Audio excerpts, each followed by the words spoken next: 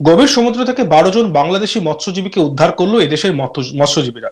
ডুবে যাওয়া বাংলাদেশি ট্রলারের মৎস্যজীবীদের উদ্ধার করলেন ভারতীয় মৎস্যজীবীরা। জানা গিয়েছে, প্রাকৃতিক দুর্যোগ থাকার কারণে এফবি পারমিতা 5 নামক একটি ভারতীয় ট্রলার সমুদ্র থেকে উপকূলে ফিরে আসছিল।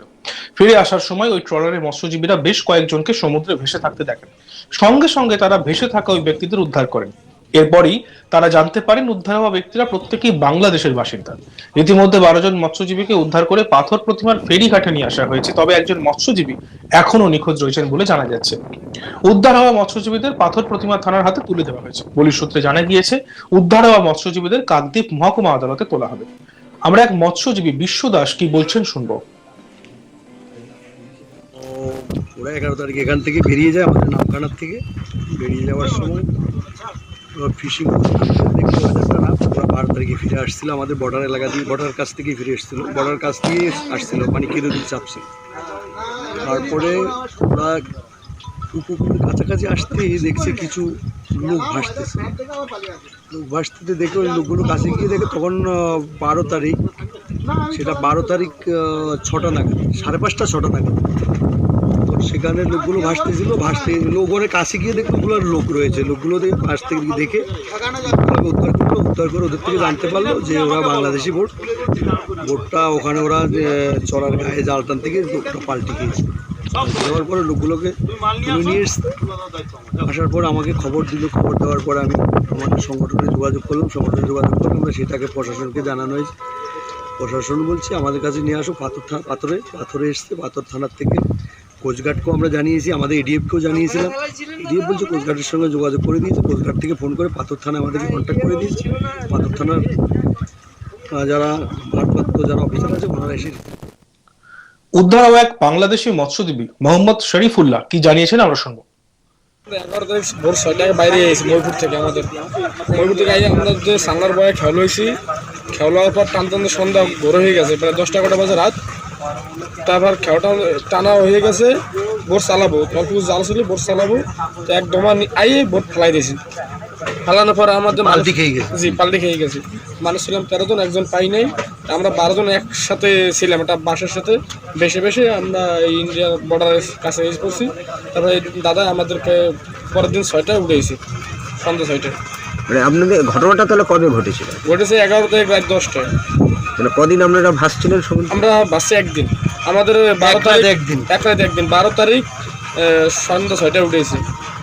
মানে ভারতীয় ট্রলার যখন আপনাদেরকে তোলার পর কিভাবে আপনাদেরকে করলেন, ব্যবহার কিরম পেলেন? বা না, খুব ভালো ব্যবহার করছে তারা, আমাদের বাবার সাথে খুব ভালো ব্যবহার করছে তারা। জান বিখ্যাত যারা কি আর ব্যবহার তো ভালোই করবে।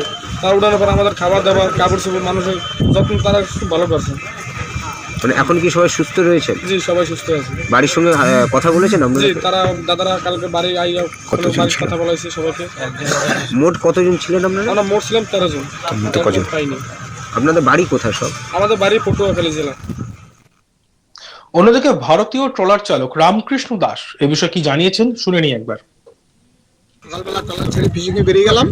বেরিয়ে যাওয়ার পরে আমি 12 তারিখে সন্ধ্যার সময় পর্যন্ত আমাদের প্রাথমিক দুর্যোগ দেখে আমরা ফিরবো, আবার চলে আসবো ঘাটের দিকে, পরিস্থিতি ভালো না বলে। তখন ফিরে আসার পথে তখন দেখি না বাংলা ট্রলারের লোক 2 জন লোক ভাসছে। ভাসা অবস্থায় আমি ওই 2 জন লোককে তুললাম। তারপর তারা বললো যে দাদা আমাদের আরও লোক আছে। তারপর কতটুকু চালিয়ে দেখলাম না আরও 10 জন লোক পেলাম। একটা বাঁশের ভিতরে ভাসানো আছে, বাঁশ আর 2টো জার্কিন ধরে ফাঁসি আছে।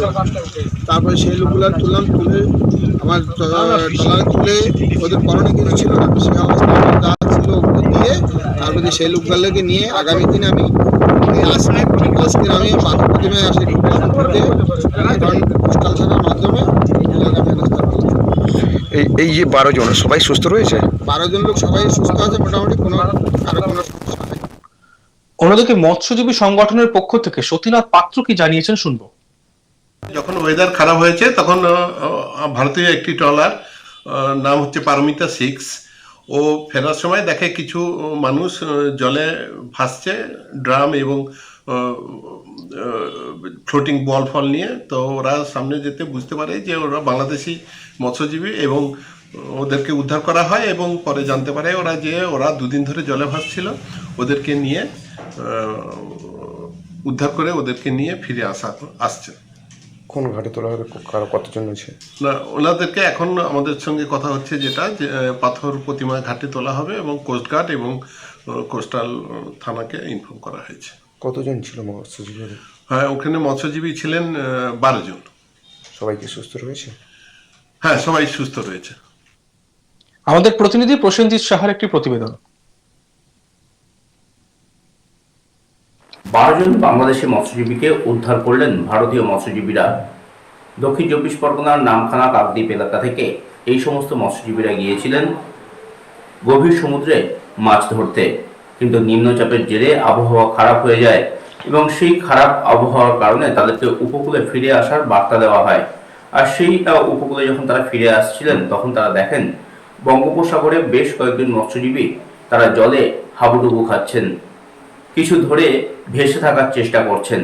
আর তখনই তারা বুঝতে পারেন যে তারা বিপদে পড়েছেন। ভারতীয় মৎস্যজীবীরা সেই সমস্ত মানুষজনকে উদ্ধার করেন। 12 জনকে মোট তারা উদ্ধার করতে সক্ষম হন এবং এই 12 জনই মৎস্যজীবী বাংলাদেশের।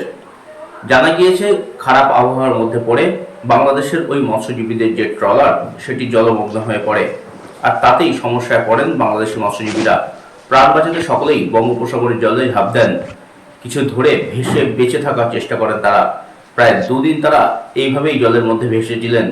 অবশেষে ভারতীয় মৎস্যজীবীদের নজরে আসতেই তাদেরকে উদ্ধার করা সম্ভব হয়েছে। বাংলাদেশি মৎস্যজীবীদের দাবি যে তারা 13 জন ছিলেন, একজন এখনো পর্যন্ত নিখোঁজ রয়েছেন, বাকি 12 জনকে উদ্ধার করতে সক্ষম হয়েছেন ভারতীয় মৎস্যজীবীরা।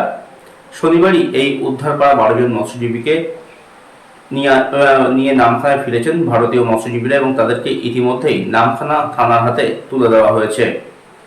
রবিবার তাদেরকে কাকদ্বীপ মহকুমা আদালতে তোলা হবে এবং এই ঘটনাকে কেন্দ্র করে যথেষ্ট চাঞ্চল্য ছড়িয়েছে এলাকায়। ভারতীয় মৎস্যজীবীদের দাবি যে তারা যখন খারাপ আবহাওয়ার জন্য উপকূলে ফিরছিলেন তখনই তারা কার্যত দেখতে পান যে মাঝ সমুদ্রে কার্যত এই সমস্ত মৎস্যজীবীরা তারা ভেসে বেড়াচ্ছেন। তাদেরকে সেখান থেকে দ্রুত উদ্ধার করেন তারা এবং তাদেরকে নিয়ে তারা যখন নামখানাতে ফিরেছেন তখন এ বিষয়ে নামখানা থানার পুলিশ, কোস্টগার্ড সকলকেই তারা ইনফর্ম করেছেন।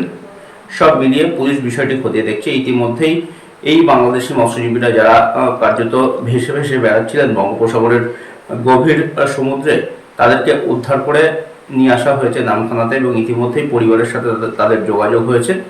তাদের যেমনটা দাবি যে তারা প্রাণ ফিরে পেয়েছেন, ভারতীয় মৎস্যজীবীরা সাহায্য করেছেন বলেই তারা আজকে বেঁচে আছেন। তাদের পরিবারের সাথেও কথা হয়েছে এবং নামখানা থানার পুলিশ, কোস্টগার্ড সকলেই। দেখতে দেখুন আজ তাক বাংলা, সাবস্ক্রাইব করতে ভুলবেন না।